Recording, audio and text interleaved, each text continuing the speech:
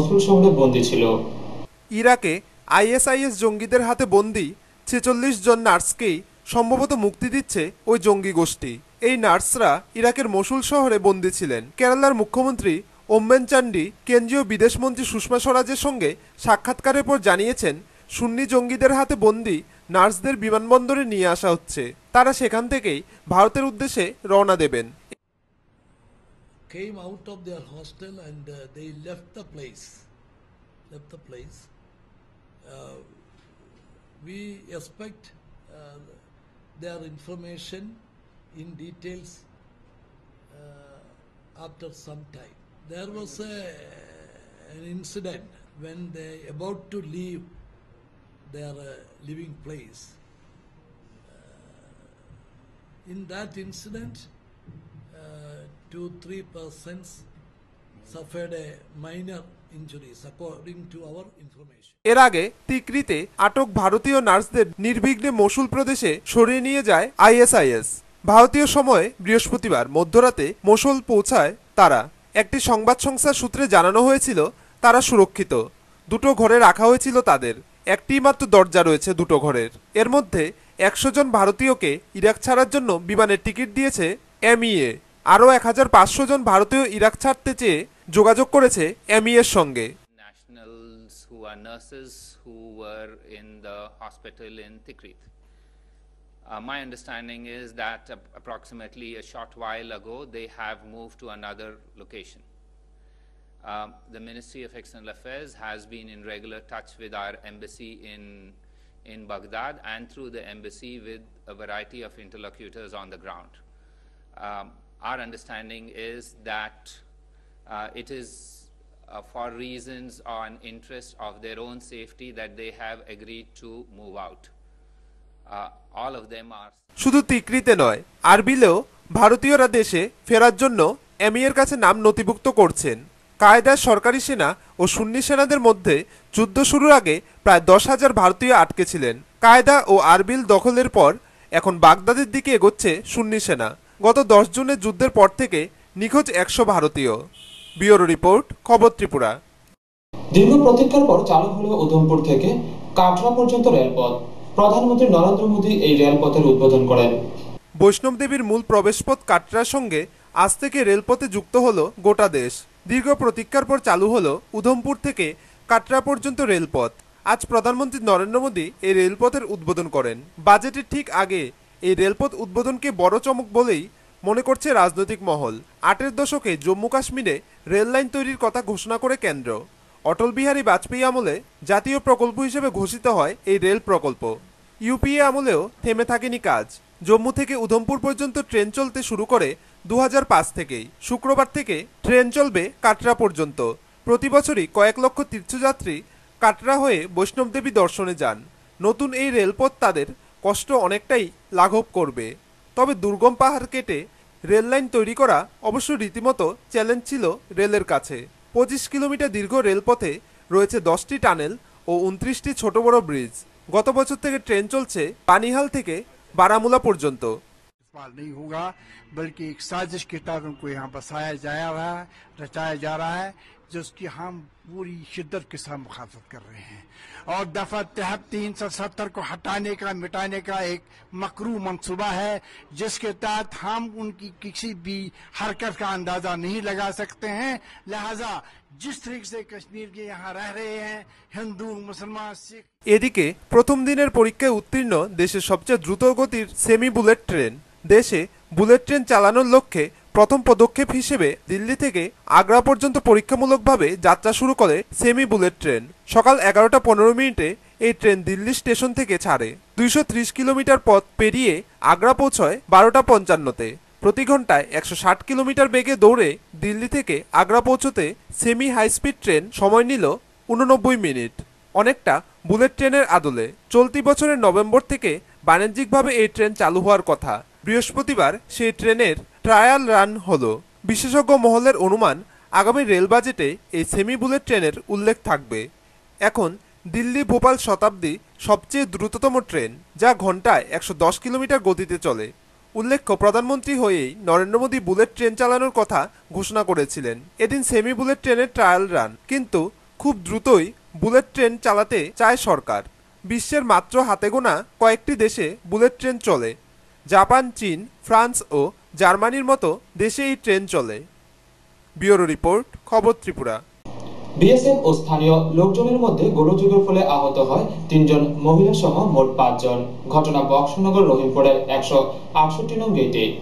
প্রতিনিয়তই বাড়ছে সীমান্ত এলাকাতে বিএসএফ এর তাণ্ডব। আজ সকালে ডিউটিতে আসেন রহিমপুরের 168 নং গেটের নন্দলাল যাদব নামে এক বিএসএফ। সকাল প্রায় 11টা নাগাদ এলাকার কিছু ছেলেদের সাথে তার কথা কাটাকাটি নিয়ে বচসা সৃষ্টি হয়। এর কিছুক্ষণ পর মদমত্ত অবস্থায় গেটের ভিতরে গিয়ে লাঠিচার্জ শুরু করে ওই বিএসএফ। এক মহিলার মাথায় আঘাত করলে মাথা ফেটে যায়। অপর মহিলার হাতে আঘাত করেন তিনি এবং কয়েকজন পুরুষের গায়ে আঘাত করে। এতে আহত হয়েছেন 3 জন মহিলা সহ মোট 5 জন। হঠাৎ গরম হয়ে ওই বিএসএফ গুলির পজিশন নিলে কয়েকজন এলাকাবাসী এসে বন্দুকটি ধরে ফেলে। তখনই ভাগ্যক্রমে 2 রাউন্ড গুলি চলে, কিন্তু সেগুলি মাটিতে পড়ে যায়। এই গুলিতে কেউই আহত হয়নি। ঘটনাস্থলে ছুটে আসে বিশাল পুলিশ বাহিনী ও টিএসআর বাহিনী। সেদিকে আমরা গড় লাগতেছি, গড়ের ভিতরে যাইয়া এমনি শুরু হইতাম ফিরে পরে ভাত কইরা ফিরে এমনি দিয়ালই করছে গিয়া কাজ দিছে এই পুলিশে দিয়েছে ওই কালো একটা দিয়েছে। আমি এগুলোর জুস না ফদান মাসুদ এতে এরপর আবার সবুজ সবে ধরে রাখছি, বন্দুকটা নিচে ফেলানো করে রাখছি, এরপরে গুলি মেরে দিছে। আমার পিছিয়ে মাথা বাড়া দিলে কি কারণে মারছে? কি কারণে? আমি তো জানি না কি হয়েছে, দৌড়াইয়া লয়ে গেছে মানুষ, লয়ে গিয়ে দাঁড়িয়ে বই রইছে। এদিকে মাসলা বাইরে গিয়া ভিতরে না বাইরে বই রইছে কি আমার বাচ্চা লইয়া। কয়জন বিএসএফ গেছিল? 158 নং ব্যাটালিয়নের তাণ্ডবে এলাকাবাসীরা অতিষ্ঠ। বর্তমানে রহিমপুর এলাকাতে আতঙ্ক বিরাজ করছে। ব্যুরো রিপোর্ট, খবর ত্রিপুরা। আবার নিয়ে নিচ্ছি ছোট্ট বিজ্ঞাপন বিরতি, সঙ্গে থাকুন।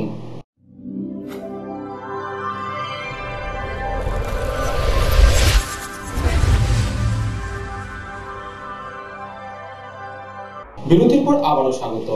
আসন্ন ত্রিস্তর পঞ্চায়েত নির্বাচনকে সামনে রেখে ভোট প্রচারে সরব সিপিএম। গ্রামতলী পঞ্চায়েতের গরুরবাঁধ শেড করে অনুষ্ঠিত হয় সিপিএম এর পঞ্চায়েত ভিত্তিক এক সমাবেশ। উপস্থিত ছিলেন বিধায়ক শ্যামল চক্রবর্তী, সুরেশ দাস সহ অন্যান্য নেতৃত্বরা। আসন্ন ত্রিস্তর পঞ্চায়েত নির্বাচনকে সামনে রেখে ঝড়ো প্রচার চালাচ্ছে সিপিআইএম দল।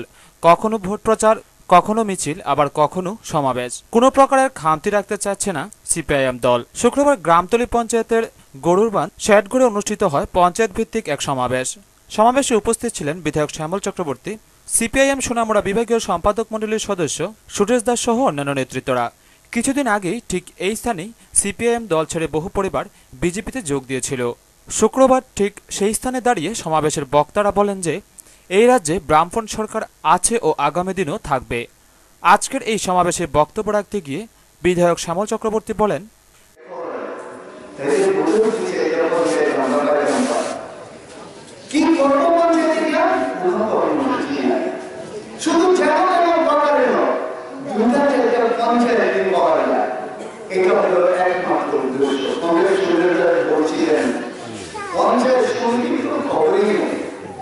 জেলা পরিষদ পঞ্চায়েত সমিতি শুধু পঞ্চায়েত নীতিতে পাওয়া যায়, এটার জন্য লক্ষ্য নির্বাচনের যখন এই নমিনেশন সাবমিট হলো, একজন লোক আমার এরিয়া হলো দাদা গঠন হয়ে গেছে। আপনি কি সিপিআইএম সোনামুড়া সম্পাদক মণ্ডলীর সদস্য সুরেশ দাস বলেন, আমাদের যে গণতান্ত্রিক যে আন্দোলন এখানে সবটা মিলিয়ে এইবার অন্যবারের থেকে আরও ভালো রেজাল্ট এখানে হবে আমাদের, এবং প্রত্যেকটা আসনে আমাদের প্রার্থীরা জয়ী হবে। এবং আমাদের বিশ্বাস যে এলাকার মধ্যে যে আমরা দীর্ঘদিন ধরে যে সম্প্রীতির বাতাবরণ আমরা যেটা তৈরি করেছি, এটা আমরা ভাঙতে দিতে পারি না। এটা এলাকার মানুষও ভালোভাবে বোঝেন। আজকে যারা এখানে ওই পঞ্চায়েত দখল করার জন্য চেষ্টা করছে বিজেপির নামে, আসলে এখানের ঐক্যকে নষ্ট করার জন্যই তাদের প্রধানত কাজ। এটা এলাকার মানুষ কিছুতে হতে দেবেন না, এবং বরঞ্চ আরও বেশি ভোটের ব্যবধানে তাদেরকে জনবিচ্ছিন্ন করবেন, পরাজিত করবেন। উক্ত সমাবেশে গ্রামতলী পঞ্চায়েতের বিভিন্ন স্থান থেকে বহু সংখ্যক নারী পুরুষ মিছিল করে লাল পতাকা হাতে নিয়ে সমাবেশে উপস্থিত হন। এই সমাবেশে সাধারণ মানুষের উপস্থিতি ছিল লক্ষ্য করার মতো। গরুর বাঁধ থেকে টুটন চৌধুরীর রিপোর্ট, খবর ত্রিপুরা। ধর্মনগরের রাধাপুরের লম্বা টিলার গণধর্ষিত হওয়া নাবালিকার শারীরিক অবস্থার খোঁজখবর নিতে কৈলাসহর আরজিএম হাসপাতালে যান প্রগতিশীল গ্রামীণ কংগ্রেসের সুপ্রিমো সুবল ভৌমিক। কথা বলেন চিকিৎসকদের সঙ্গে। ধর্মনগরের রাধাপুরের লম্বাটিলা পঞ্চায়েতের ১ নং ওয়ার্ডের ৪ বছরের গণধর্ষিতা নাবালিকা শিশুটি এখনও আশঙ্কাজনক অবস্থায় কৈলাসহর আরজিএম হাসপাতালে চিকিৎসাধীন। যে শিশু ধর্ষণের ঘটনা ঘটেছে তা আদিম যুগের বর্বরতাকেও হার মানায়। এই প্রতিবাদে কৈলাস শহরে জেলা বিজেপির পক্ষ থেকে বিক্ষোভ মিছিল সংগঠিত করা হয় এবং অভিযুক্তদের দৃষ্টান্তমূলক শাস্তির দাবি করা হয় বিজেপির পক্ষ থেকে। বৃহস্পতিবার দুপুরে ত্রিপুরা প্রগতিশীল গ্রামীণ কংগ্রেসের সভাপতি সুবল ভৌমিক কৈলাসহর আরজিএম হাসপাতালে এসে মেয়েটির খোঁজ খবর নেন এবং কিছু আর্থিক সাহায্য করেন। মেয়েটির চিকিৎসার ব্যাপারে আরজিএম হাসপাতালের এমএস কেশব সেন লস্করের সাথে কথা বলেন। নারী ধর্ষণ ও নারী নির্যাতনের মতো ভয়ানক ঘটনা রাজ্যে ক্রমাগত বৃদ্ধি পাচ্ছে। শিশু থেকে বিকৃত মস্তিষ্ক, কেউই রক্ষা পাচ্ছে না নরপিশাচদের হাত থেকে। এসবের জন্য সুবল ভৌমিক রাজ্যের স্বরাষ্ট্রমন্ত্রী তথা মুখ্যমন্ত্রী মানিক সরকারকে দায়ী করেন। তিনি বলেন, উত্তর রাধাপুরের গ্রামে ৮ বছরের শিশুকন্যা, এখন তাকে গণধর্ষণ করা হয়েছে। কৈলাসহর জেলা হাসপাতালে অ্যাডমিটেড। আমি দেখেছি একটা ফুটফুটে শিশুকে এত নির্মমভাবে, নারকীয়ভাবে ধর্ষণ করা হয়েছে। ও প্রাণে বেঁচে গেছে এটুকু, ওর চিকিৎসা চলছে, খুব সিরিয়াস। একবার এসে কি দেখতে পারেন না এই ধরনের যারা এই নারকীয় ঘটনার শিকার হয়েছে এই পরিবারটা? আমরা দাবি জানাচ্ছি যে এই পরিবারটাকে এক্ষুনি ন্যূনতম 2 লক্ষ টাকা দিয়ে তাকে, কারণ এটা স্বামী পরিত্যক্ত মহিলা, বাচ্চাটাকে নিয়ে কি করবে, কিভাবে ও বাঁচবে, তার উপর বিভিন্ন রকম ভয়ভীতি প্রদর্শন করা হচ্ছে। মাননীয় মুখ্যমন্ত্রী বিভিন্ন জায়গায় যাবেন পঞ্চায়েতে নির্বাচনে বক্তৃতা করতে। উনি রাজনীতির কারবারি, রাজনীতির ব্যাপারী, কিন্তু উনি এইসব উনাকে নাড়া দেয় না। ব্যুরো রিপোর্ট, খবর ত্রিপুরা। আসন্ন ত্রিস্তর পঞ্চায়েত নির্বাচনে ভোট প্রচারে অনেকটাই এগিয়ে বামফ্রন্ট। কাঠালিয়া ব্লকের অন্তর্গত দক্ষিণ পাহাড়পুর পঞ্চায়েত ভিত্তিক মাছিমা বাজার ওপেন শেডে হয় সিপিএম এর এক জনসভা। সভায় উপস্থিত ছিলেন সিপিএম সোনামুড়া বিভাগীয় সম্পাদক মণ্ডলীর সদস্য নিহার সাহা সহ অন্যান্য নেতৃত্বরা। আসন্ন পঞ্চায়েত নির্বাচনের দিন যতই এগিয়ে আসছে ততই প্রচারে তেজি আনছে বামফ্রন্ট। ত্রিস্তর পঞ্চায়েত নির্বাচনকে সামনে রেখে দক্ষিণ পাহাড়পুর পঞ্চায়েত ভিত্তিক মাছিমা বাজার ওপেন শেডে অনুষ্ঠিত হয় এক জনসভা। সভায় প্রধান বক্তা ছিলেন সিপিআইএম সোনামুড়া বিভাগীয় সম্পাদক মণ্ডলীর প্রবীণ সদস্য নিহার সাহা। এছাড়াও আমিনুল ইসলাম, নান্টু দেবনাথ ও তাজুল ইসলাম সবাই আলোচনা করেন। প্রচণ্ড দুর্যোগপূর্ণ আবহাওয়ার মধ্যে সমাহারে নারী পুরুষ অংশগ্রহণ করে নির্বাচনী সভায়। আরে ঝড় মাস লাকড়ি বিক্রি করতে গিয়ে আনতে গিয়ে ফরেস্টারের লাঠির বাড়ি, বিএসএফের লাঠির বাড়ি, বিডিআরের লাঠির বাড়ি, এই ধরনের হয়রানি শিকার হতে হতো, মান সম্মান নষ্ট হতো, অপমান হতে হতো। তারপরেও দুবেলা খাবার জুটতো না। এই তো ছিল এই মাসিমা। একদিকে রমজান মাস, অপরদিকে বর্ষা উপেক্ষা করে শত শত সাধারণ মানুষ নির্বাচনী সভায় অংশগ্রহণ করেন। সভায় সভাপতিত্ব করেন হাজি আলকাস মিয়া ও ললিত দেবনাথ। কাঠালিয়া থেকে নারায়ণ বৈদ্যের রিপোর্ট, খবর ত্রিপুরা। রাজ্যের ত্রিস্তর পঞ্চায়েত নির্বাচন উপলক্ষে ঝোড়ো প্রচার চালাচ্ছে প্রতিটি রাজনৈতিক দল। খোয়াই সুভাষ পার্কের কোহিনুর প্রাঙ্গণে অনুষ্ঠিত হয় তৃণমূলের এক হল সভা। উপস্থিত ছিলেন দলের রাজ্য কমিটির চেয়ারম্যান রতন চক্রবর্তী সহ অন্যান্যরা। আসন্ন ত্রিস্তর পঞ্চায়েত নির্বাচনে জমে উঠেছে খোয়াই মহকুমা। পঞ্চায়েত স্তরে ত্রিমুখী এবং জেলা পরিষদ ও পঞ্চায়েত সমিতির স্তরে চতুর্মুখী লড়াই হচ্ছে। নির্বাচনের অঙ্গ হিসেবে শুক্রবার সন্ধ্যায় সুভাষ পার্কে কোহিনুর প্রাঙ্গণে তৃণমূল কংগ্রেসের এক হল সভা অনুষ্ঠিত হয়। হল সভায় দলের কর্মী সমর্থকদের উপস্থিতি ছিল লক্ষণীয়। সভায় প্রধান বক্তা ছিলেন দলের রাজ্য কমিটির চেয়ারম্যান রতন চক্রবর্তী। তাছাড়াও স্থানীয় নেতা মনোজ দাস, সুবীরনাথ শর্মা, নৌনিশীল সহ অন্যান্যরা।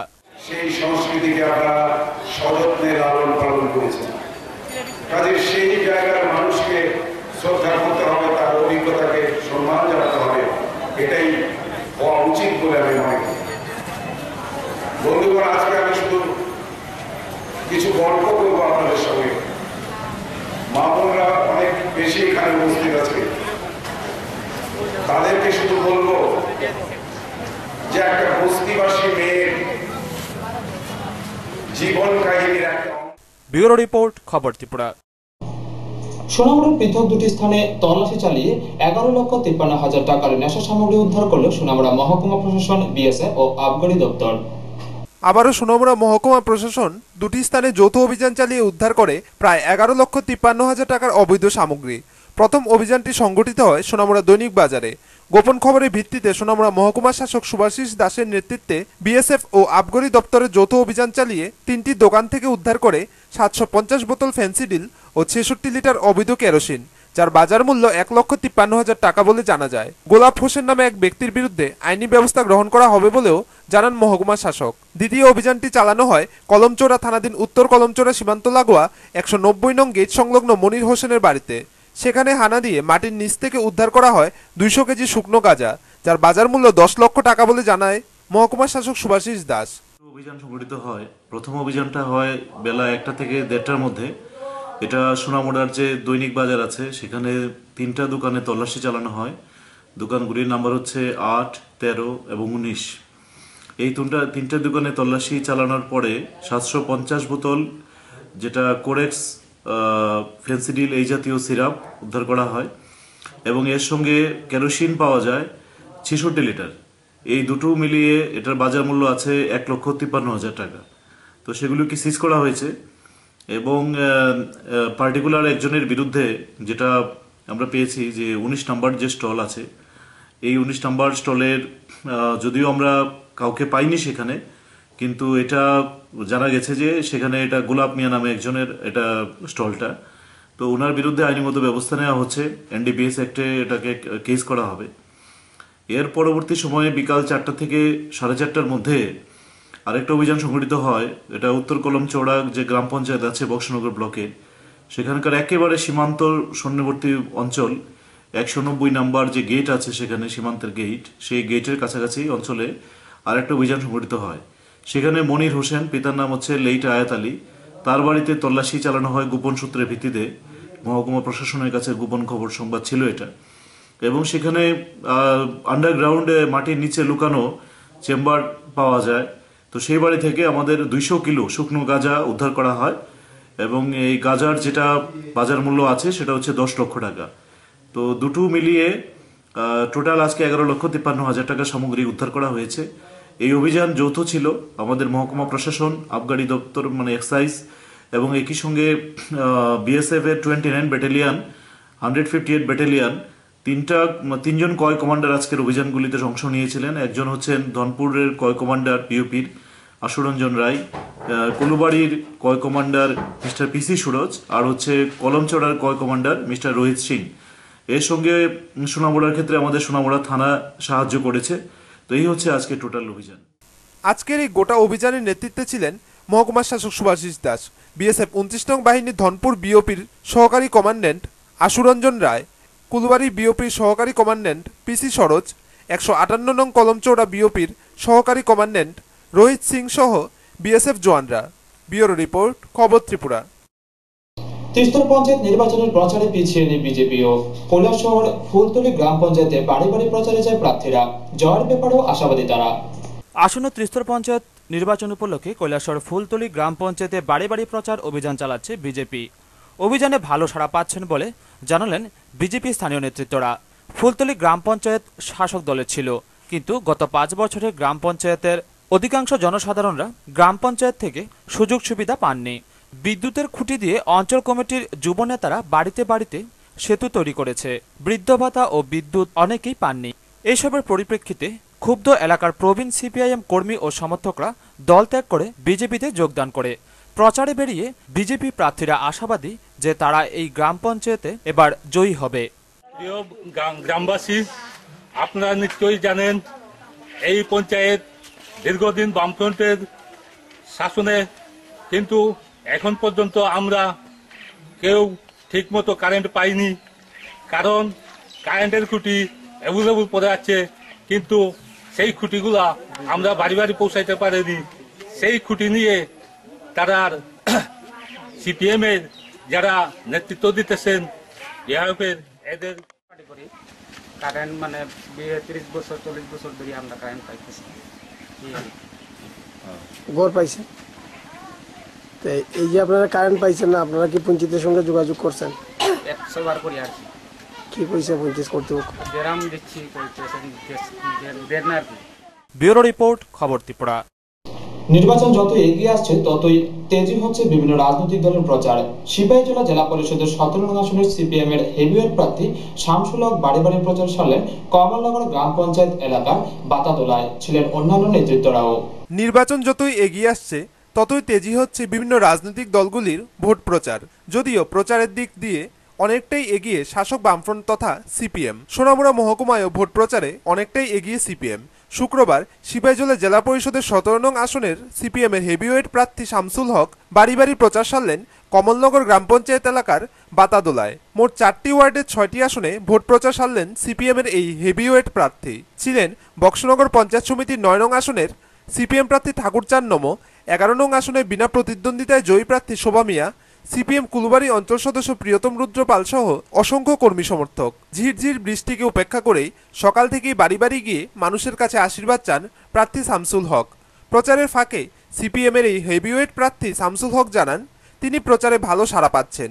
তিনি আরও বলেন, আমার নির্বাচনী ক্ষেত্র 17 নম্বর কমলনগর গাঁওসভার একটা অংশ বাতাদোলা। সেই বাতাদোলায় 98% হচ্ছে এসসি কমিউনিটির লোক। এখানে আমাদের 6টা আসন, 6টা আসন পঞ্চায়েতের এই 6 জন প্রার্থী সহ এবং পঞ্চায়েত সমিতির প্রার্থী এবং আমি নিজে বাড়ি বাড়ি যাই। সেই বাড়ি বাড়ি গিয়ে স্বতঃস্ফূর্তভাবে সেখানে সাড়া পাই। বয়স্ক থেকে আরম্ভ করে এবং যুবক যুবতী এবং মায়েরা বোনেরা তারা ঘর থেকে বেরিয়ে এসে দারুণভাবে সেখানে তারা আশীর্বাদ করেন, সহযোগিতা করেন এবং আগামী দিনে বিপুলভাবে সেখানে পঞ্চায়েতের যারা প্রার্থী এবং পঞ্চায়েত সমিতি এবং জেলা পরিষদের প্রার্থীদের বিপুল ভোট সেখানে আমরা পাবো এই আশা করছি। এই এলাকা একসময় কিছুই ছিল না, খুবই দরিদ্র ছিল এবং আগামী দিনেও আমরা এখানে এই এলাকার উন্নয়নের জন্য আন্তরিকভাবে আরও বেশি বেশি করে যাতে মানুষের অর্থাৎ বামফ্রন্টই সেখানে উন্নয়ন করে, এটাই মানুষের কাছে স্বীকৃতি। তার এই ভোট প্রচারকে ঘিরে স্থানীয় সিপিএম কর্মী সমর্থকদের উপস্থিতি ছিল লক্ষণীয়। রতন দাসের রিপোর্ট, খবর ত্রিপুরা।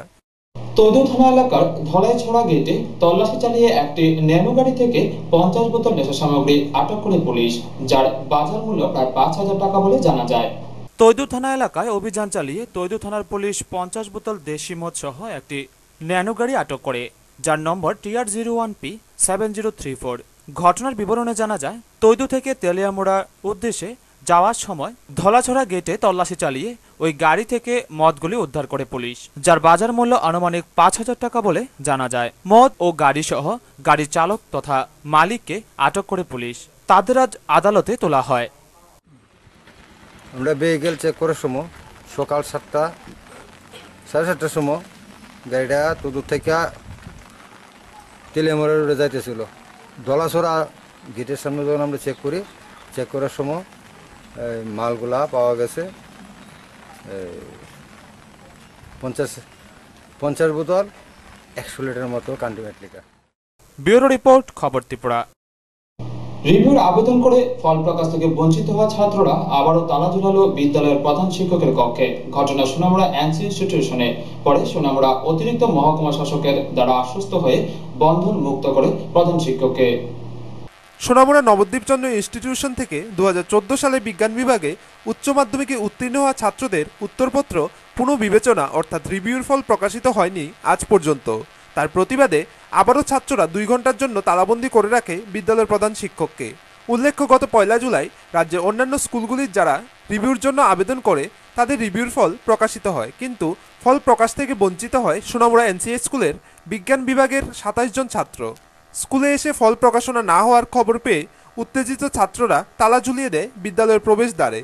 পরে বিদ্যালয়ের প্রধান শিক্ষক সহ অন্যান্য শিক্ষকদের দ্বারা আশ্বস্ত হয়ে ফিরে যায় ছাত্ররা। অবশ্য ছাত্রদের এই দুরবস্থার দায় স্বীকার করেননি বিদ্যালয়ের প্রধান শিক্ষক রাজকুমার সূত্রধর। তিনি ছাত্রদের উপরই দোষ চাপিয়ে দেন। তাই শুক্রবার ছাত্ররা পুনরায় দেখা করে স্কুলের প্রধান শিক্ষক রাজকুমার সূত্রধরের সঙ্গে, কিন্তু ছাত্ররা কোনো কিছুর আশ্বাস না পেয়ে প্রধান শিক্ষকের কক্ষে তালা ঝুলিয়ে দেয়। ঘটনার খবর পেয়ে ছুটে আসেন সোনামুড়া মহকুমার অতিরিক্ত মহকুমা শাসক মানিকলাল বৈদ্য সহ সোনামুড়া থানার ওসি নারায়ণ সাহা। তারা কথা বলেন বিদ্যালয় কর্তৃপক্ষ সহ ছাত্রদের অভিভাবকদের সঙ্গে। অবশেষে অতিরিক্ত মহকুমা শাসক ঊর্ধ্বতন কর্তৃপক্ষের সঙ্গে এ বিষয়ে কথা বলবেন বলে ছাত্রদের আশ্বস্ত করেন। এ ব্যাপারে তিনি সাংবাদিকদের জানান, এখানে খাতা রিভিউ করার জন্য বিশেষ করে সায়েন্স স্টুডেন্টদের যেটা বোর্ডের লাস্ট ডেট পেরিয়ে গেছে, আমরা অভিভাবক এবং ছাত্র শিক্ষক সবাইদের সাথে আলোচনা করলাম এবং বোর্ডকে আমরা প্রশাসনের পক্ষ থেকে অনুরোধ রাখব যাতে খাতাগুলিকে রিভিউ করা হয়। পরে ছাত্ররা বিদ্যালয়ের প্রধান শিক্ষককে বন্ধনমুক্ত করে এবং তারা জানায়, ইসলাম স্কুলে যে আমরা রিভিউ রেজাল্টটা হয়েছে কিনা, তো আমরা দেখছি আমরা রিভিউ রেজাল্টটা হয়েছে না, তাই আমরা স্কুলে একটু তালা লাগাইছিলাম। তারপরে আমরা হেডমাস্টার লোক কথা কইছি, কথা কনের পরে কইছে যে এই ব্যাপারটা দেখবো। তারপর দেখা কইছে যে আমরা একটা ডেট দিছে যে আজকে অনের লিগা, তো আজকে অনের লিগা কইছে পরে আমরা কি করছি আজকে আইসি আমাদের পরে তারা কোনো কিছু কইতে পারতেছে না, তারা কইতেছে এটা তারা দায়িত্বে নাই এখন। তো এই লিগা আমরা আবার আজকে হেডমাস্টার করে তালা দিছি, কারণ কি তারা কোনো কিছু কইতে পারতেছে না। তার ফলে আমরা আজকে ডিএম আইসে, তো তারা কইছে মঙ্গলবারের মধ্যে আমরা জানাই দিব কি হইব, রেজাল্ট হইব নাহলে আমরা এডমিশন হইব, যে কোনো একটা হইব। তারিখ রিভিউ রেজাল্ট দিছে আইছিলাম, রিভিউ রেজাল্ট পাইছি না, তারপর আমরা তালা দিছিলাম গেট, এরপরেও কোনো রেজাল্ট পাইছি না। এরপরে আমরা রেগুলার আইতে আসছি, তার দিকে কোনো আমরারে মানে একটা আশা দিয়া পাঠাই দেয় বাড়ি প্রত্যেক দিন আই, তারার বলে মিটিং আছে, কোনো কথা নাই, মানে তারার পক্ষে থেকে কোনো চেষ্টি নেই, পুরো স্কুল গাবিলতি। এমনকি রিভিউ তারা পরে নয় তারা রিজেক্ট করে দিচ্ছে। এর লিগে আমরা যা না পাইলে সেটা হেডমাস্টার আর নারায়ণ স্যার রুমের ভিতরে ঢুকে সেটা তালা দিয়ে রেখে দিচ্ছে। বিদ্যালয়ের প্রধান শিক্ষক জানান, আসলে আমরা সবার সঙ্গে যোগাযোগ করতেছি, ত্রিপুরা বোর্ডের সঙ্গে যোগাযোগ করছি, আমাদের ডিরেক্টর স্যারের সঙ্গে যোগাযোগ করছি, ডিপার্টমেন্টালি সব জায়গায় যোগাযোগ করা হয়েছে। এখন বোর্ড কি করে এটা দেখার, এই পরিপ্রেক্ষিতে স্টুডেন্টদের তো আমরা কিছু বলতে পারছি না, বোর্ড সিদ্ধান্ত নেবে কবে নাগাদ কী করবে। আমরা চেষ্টা করছি, আমরা আপ্রাণ চেষ্টা করছি যাতে আমাদের ছেলেগুলি ব্যুরো রিপোর্ট, খবর Tripura. Tripura government pensioners association Udaipur ইউনিটের 27তম বার্ষিক সম্মেলন অনুষ্ঠিত হয় উদয়পুর টাউন হলে। সম্মেলনে 31 জনের নতুন কমিটি গঠিত হয়। শুক্রবার government pensioners association Tripura Udaipur ইউনিটের উদ্যোগে 27তম বার্ষিক সাধারণ সভা অনুষ্ঠিত হয় উদয়পুর টাউন হলে। সভায় মোট 3টি প্রস্তাব গৃহীত হয়। অর্জিত অধিকারকে রক্ষা করা, পেনশনের অধিকার হরণের বিরুদ্ধে প্রস্তাব, মূল্যবৃদ্ধি রোধ ও গণবন্টন ব্যবস্থাকে শক্তিশালী করার দাবিতে প্রস্তাব ও সাংগঠনিক প্রস্তাব। এছাড়াও রাজ্য সরকারের নিকট মোট 17 দফা দাবি আদায়ের লক্ষ্যে উপস্থিত সভায় আনুমানিক 400 লোক জমায়েত হয়, সকলেই উদয়পুর বিভাগ ইউনিটের। সভায় উপস্থিত কেন্দ্রীয় কমিটির সদস্য তথা রাজ্য কমিটির সম্পাদক দিলীপ দাস বলেন, অপপ্রচার করার চেষ্টা করছেন, বিভ্রান্ত করার চেষ্টা করছেন যে না কেন্দ্রীয় সরকার টাকা দিয়েছিল কিন্তু সেই টাকা সঠিকভাবে খরচ হয়নি, এবং যেটা বলা হচ্ছে 10,500 কোটি টাকা বঞ্চনা করছে, এটা সঠিক নয়। সেই দিন বাদল চৌধুরী চ্যালেঞ্জ করে বলেছিলেন আমরা তো ওপেন দিয়ে দিয়েছি, হিসাব বই হিসাব দিয়ে দিয়েছি, কেন্দ্রীয় সরকারকে দিয়েছি, রাজ্যের সমস্ত সাংবাদিকদের কাছে দিয়েছি, কারো যদি কোনো আপত্তি থাকে he can go to the court, তিনি কোর্টে গিয়ে আমার সেই বক্তব্যকে চ্যালেঞ্জ করতে পারেন, আমার এই যে শ্বেতপত্র হোয়াইট পেপার আমি দিয়েছি সেটাকে চ্যালেঞ্জ করতে পারেন, কেউ তো চ্যালেঞ্জ করেননি। সবাই অন্যান্যদের মধ্যে উপস্থিত ছিলেন রাজ্য সভাপতি মিহির চৌধুরী সহ সংগঠনের অন্যান্য নেতৃত্বরা। এদিন পরপর 2টি অধিবেশন শেষে 31 জনের নতুন কমিটি